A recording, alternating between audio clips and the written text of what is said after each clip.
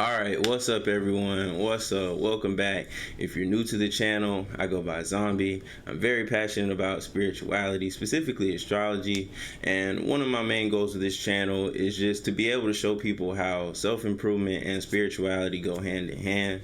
And so, if you're interested in any of that or just becoming a better version of yourself, hit that subscribe button for me, and let's hop right in. So, in this series, I've been running through the 12 signs, right? It's the general energy of the signs. Number 11, second to the last, is Aquarius. If you were born between January 21st and February 18th, then you are considered a Aquarius. So what does that mean? Well, Aquarius is ruled by the planet Uranus and traditionally Saturn. So in astrology, we use the term ruled to basically just denote the fact that a sign is essentially the personification of the energy that's associated with, its ruling planet. And so Aquarius is essentially a personification of the, energy represented by Uranus, which would be what, detachment. They definitely can be aloof, and distant at times, very distant, very to themselves. They're very smart, very intellectual, of course, as air signs, probably the smartest out of the signs. Uranus can make them very weird. If you think about, very different, right? You might call it weird, but if you think about how Uranus is the only planet turned on its side, that's kind of like, how Aquarians are. They kind of stand out without really trying to sometimes. And so they're also ruled by Saturn, right? And as I said in my Capricorn video, again, Saturn represents responsibilities, right? Challenges, obstacles, how we overcome those, and discipline, as well as structure, right? And reasoning. So the house, Aquarius rules the 11th house. Again, the 11th house is associated with goals in general, because Aquarius can have like a very, visionary type of air to the sign, most of the time, like very visionary vibes, right? They always have this idea that can seem kind of futuristic, right? And that's why the future, right, is represented by the 11th house. Future and goals, kind of go, hand in hand, if you see what I'm saying with that, as well as,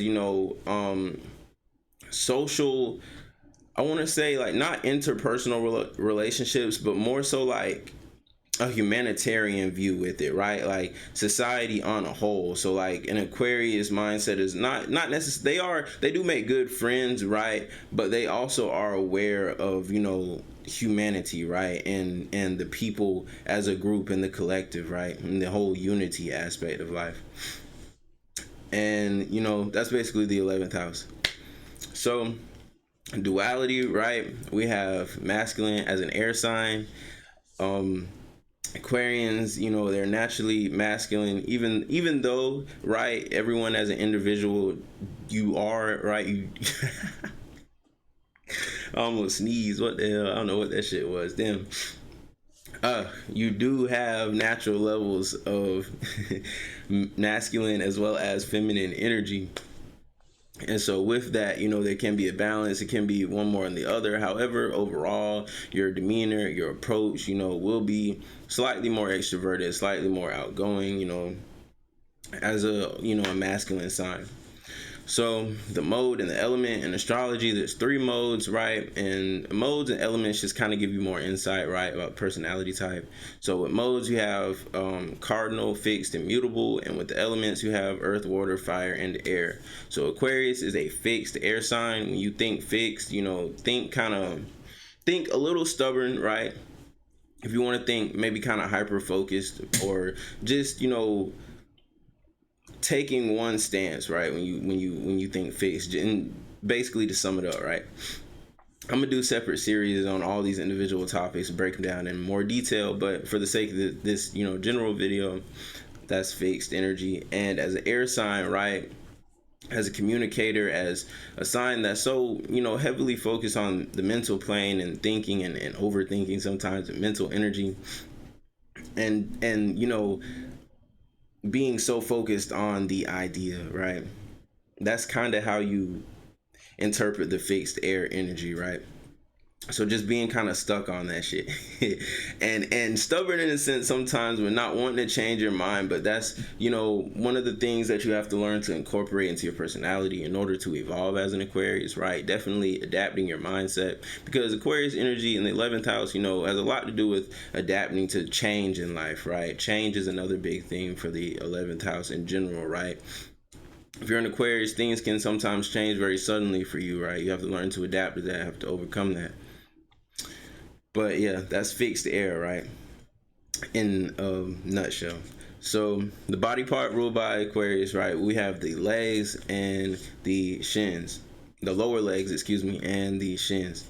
So, as an Aquarius, you could have, you could deal with, like, shin splints and things like that if you're on your feet too much, right? I would say Pisces too, but definitely more so Aquarius. So just be mindful of that, right? Now the chakra that I have for Aquarius is the crown, because Aquarius, that is the most powerful chakra for, Aquarius. If you are an Aquarius person, right, your crown chakra would be definitely one of the biggest energy centers for you to pull from, that you're naturally going to be operating out of, whether you're aware of that or not. And on the topic of being aware of it, I feel like it could be kind of hard, at first, not really realizing, because the crown chakra has to do with, it kind of can cause that detachment, but it has a lot to do with, spirituality in a sense, like on a deeper level. But realizing that everything might not be what it seems, right? That there's a deep I don't even know how to say this shit. Like, there's a more powerful force at work here, right? Source. Like, that's the crown chakra. That's your connection to, like, source energy, right? Like, just the universe. Just I'm trying to think of a more scientific way I can put it so it's not so abstract, right? Okay, there's 5 elements. Okay, you're top, there's 4, but there's 5, and the 5th is ether. And ether is this matter that's basically everywhere, right, in space, and all of this, right? In quantum physics, I think it's described as like 0 point energy, or something like that. But ether is basically, everywhere, like I said. And it is, I believe, right, I believe that ether is basically what your chakras and these energy centers are comprised of, right, in different levels of that. Okay, and so my point with saying all of this is your crown chakra is like the main point where that's received, right? Where basically your spiritual essence flows into you, right, from the universe. And it's located above your head, so you can kind of think of like maybe an antenna in that way. But your crown chakra is definitely like your connection to that divine. And once you really start working on yourself and start approaching like that 5th dimensional, like, unity consciousness, and you're just operating out of basically love, of course you kind of lose your ego, or you, at least I would say, you don't lose it, because I don't think you could really lose your ego, right? You can't really, your ego doesn't really die. You just learn, you just become more aware of it, right? You can manage it better, because it can be a tool, right, at the same time, for reflection. But to stay on point again, as you approach that crown chakra energy, you're going to start to break away from that, and again, become more, or have more of a deeper sense, I should say, for again, unity and the collective and humanity, right? Period. And the fact that just knowing we're all connected, right? Even though we, on the outside, we're individuals, at the same time, right, on a deeper level, if you just think about, I don't know, astrology, literally, right, what we're talking about. But yeah, we're all connected, right? We all have a role to play within this big drama that we call life. And so the crown chakra is that awareness, that level of awareness, basically, in a nutshell. So the colors, my bad if I kind of ranted off of that, my apologies. But the colors, definitely violet and purple, definitely violet. Again, it's one of those mentally stimulating colors, probably the most. And violet's also, a mood stabilizer, and it's been known to give people like a feeling of tranquility, right, and inner peace. very calming color. So violet and gray as well. Gray is very neutral, right? Gray is very, I don't know, like I kind of think of gray honestly when I think of detached as well, and how Aquarians can be so like distant. I kind of think of gray. So I thought that was very cool. So I just put gray on there as well.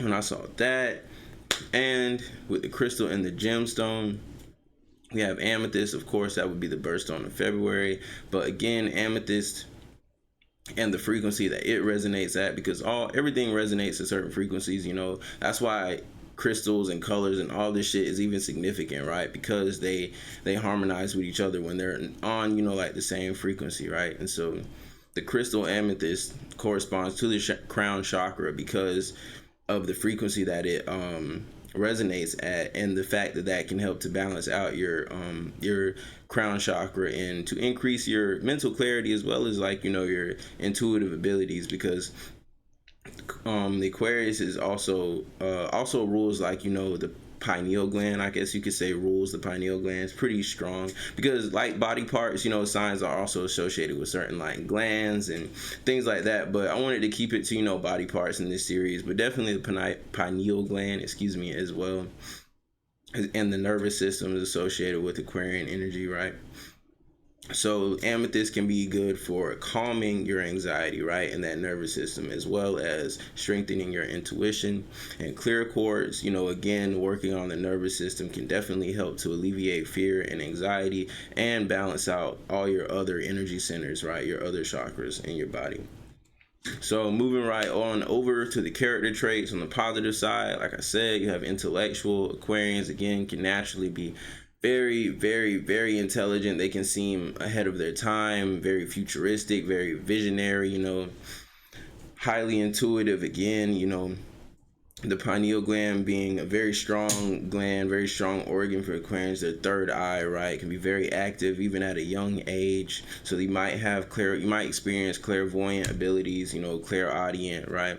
And I'm gonna do a separate series on the clairs, right? And clair just means clear, so clairvoyant just means clear sight, right? So if you have a strong imagination and you could like clearly picture Spider-Man climbing up a wall with the cowboy hat on, like as soon as I said it, then you're probably clairvoyant, right?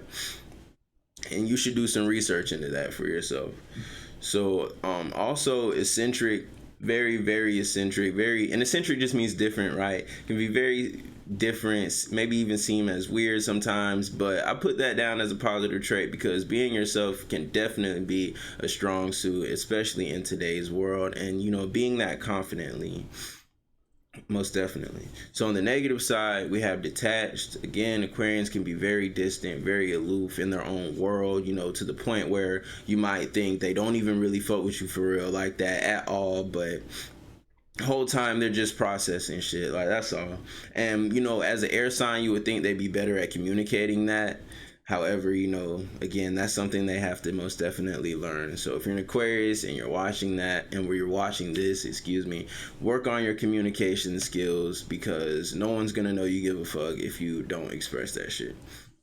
So yeah, they can be very unpredictable. Again, like I said, impulsive, compulsive, very unpredictable, very spontaneous. They might not put too much. It's ironic because again, as air signs, they are overthinkers, but sometimes they don't put like much thought at all into things. They just like jump right into shit, much like Aries, much like fire signs in general. Air signs and fire signs kind of have that in common. They can be very spontaneous, but again, with Aquarius in particular, even like if you think about lightning, right?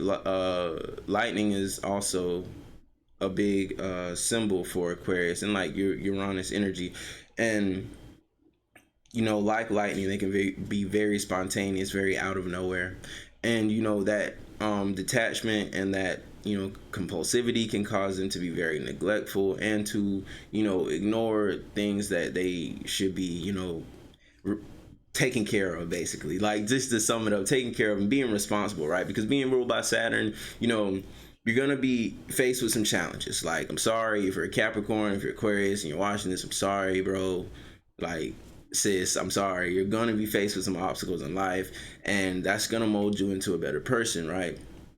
And that'll, and because of due to that, right, because of that, you'll be able to get back more when it's all said and done. But you have to appreciate the journey, most definitely. So don't be neglectful.